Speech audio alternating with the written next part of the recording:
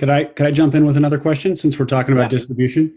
Yeah. So one thing I feel like I've listened to so many of the interviews, but I don't feel like I hear talked about, and it seems very like a really powerful lever is like kind of becoming an influencer, for lack of a better way to Yes. put it.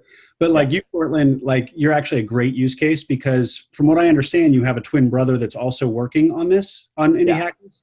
But I like do. you're the face of it. You're this like known entity now within the community.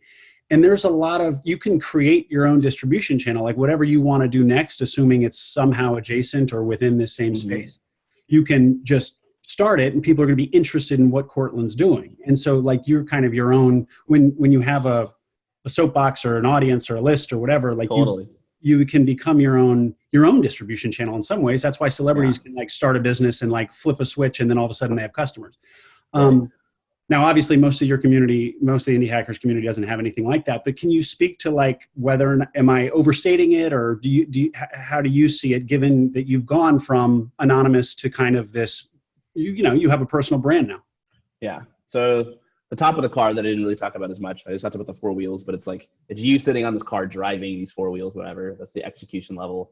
There's also like you might have heard like founder product fit. Like how much do you fit in with particular things? So you can imagine like a line connecting you to each of those four wheels. Like how much do you like this product? How much do you like this market and the customers in it? How much do you like these distribution channels? For me personally, like I don't like trying to be an influencer. I like sitting around in my apartment writing code and hanging out with my friends.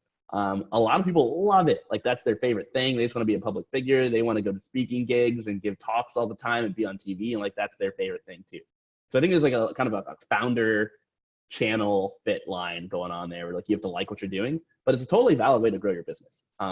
We don't talk about it in terms of being an influencer as much in sort of the indie hackers niche.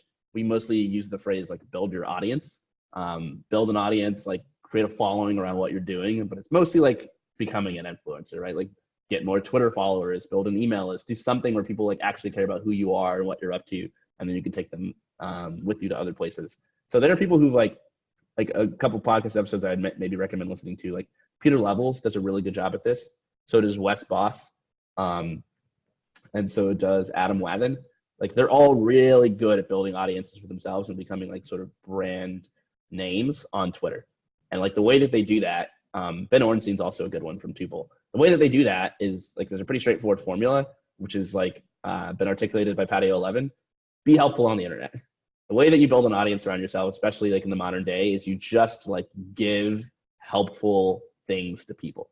That's incredibly rare. Most people don't have anything to offer, or they do have something to offer, but they don't know how to put it out, or they do know how to put it out, but they don't want to. They just sort of greedily hoard it.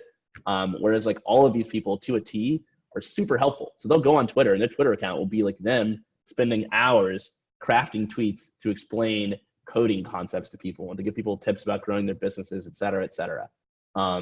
And they accrue followings because like, why wouldn't you follow someone who's constantly helping you and giving you amazing information?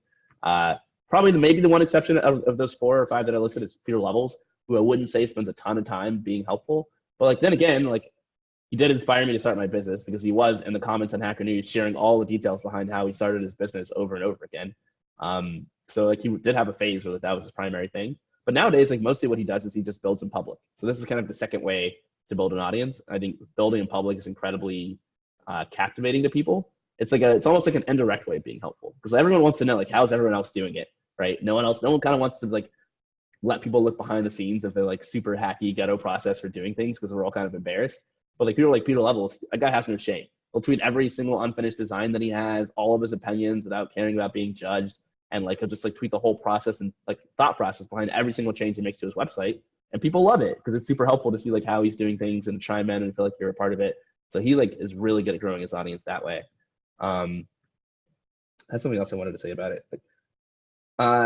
As far as utility goes, there's like it's mixed. Some businesses, like being an influencer is just it's that third wheel, right? It's distribution, right? It's how do you reach people by being an influencer. It's not who do you reach, that's the market. It's not like what are you reaching them with, that's the product. It's how are you getting to people. Like every other business, you have to figure out like how does this wheel connect to the other wheels in harmony so the car actually runs well, right? Not all businesses are really propelled by being an influencer. So if you have kind of a lifestyle brand where you're like selling health and wellness, people really love following you and seeing that you're fit and that you can take care of your body. So like Instagram is a good channel for you. You could be a good influencer and you could sell health brands. If you're trying to sell like a developer tool to developers, being an influencer is not quite as useful. Developers are going to care that the tool is actually good. And if they use it and it's crap and it doesn't work, then like they're probably not going to use your tool no matter how famous you are. So there's a whole spectrum. Like we all know products that like are sold by influencers that are garbage, but that people use. It can probably help, but like I would say like probably don't go down that path or waste your time unless you're bent on starting a business that's gonna help you there. I talked to another person who's sort of done this, Mike Tabor from MicroConf. He's one of the organizers of MicroConf. He's a huge audience. He's had a blog for like 15 years. He just kept launching these businesses and no one in his audience cared because the businesses that he launched didn't align with what his audience wanted. And so again, like it's not about just having one wheel on this car. Like it also fit in with all the other wheels, and like you can just think about that. So those are my thoughts. I think it's like it's good, but you don't necessarily have to do it. It's optional. The advice to build an audience gets trotted out a lot. I say it a lot, but like I didn't have an audience before building Indie Hackers. I got my audience from building Indie Hackers. And so I wouldn't say it's like a precursor to starting a business, depending on whether or not you have other distribution channels that you can use to grow. It seems like a long-term career, like a very long-term strategy for your entire career. So maybe you don't need it for this Indie Hackers business you're thinking about. It would help, but maybe you don't need it. But now whatever second and third business you do, assuming again it's within the space or something your audience is interested in, I assume there will be serious dividends there. So yeah. So the way I think about this is you can like torture this business car metaphor even more. Is that as you're driving the car that is your business, you're sometimes accruing different wins. Like you get better at different things, you get more users, you make more money, you make more friends, you build your audience, and like every advantage you accrue can then be used to make getting to the next level a little bit easier. So Rob Walling he calls it the stair step approach, right? Don't jump to the top of the staircase all at once. Like take one step at a time. And like when you take a step, that makes you like a little bit higher. So now the second step is easier to reach than it was. And a business is the same way.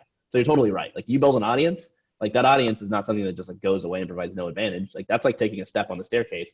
And now anything you want to do later on is slightly easier because you've taken that first step and made it a little bit higher.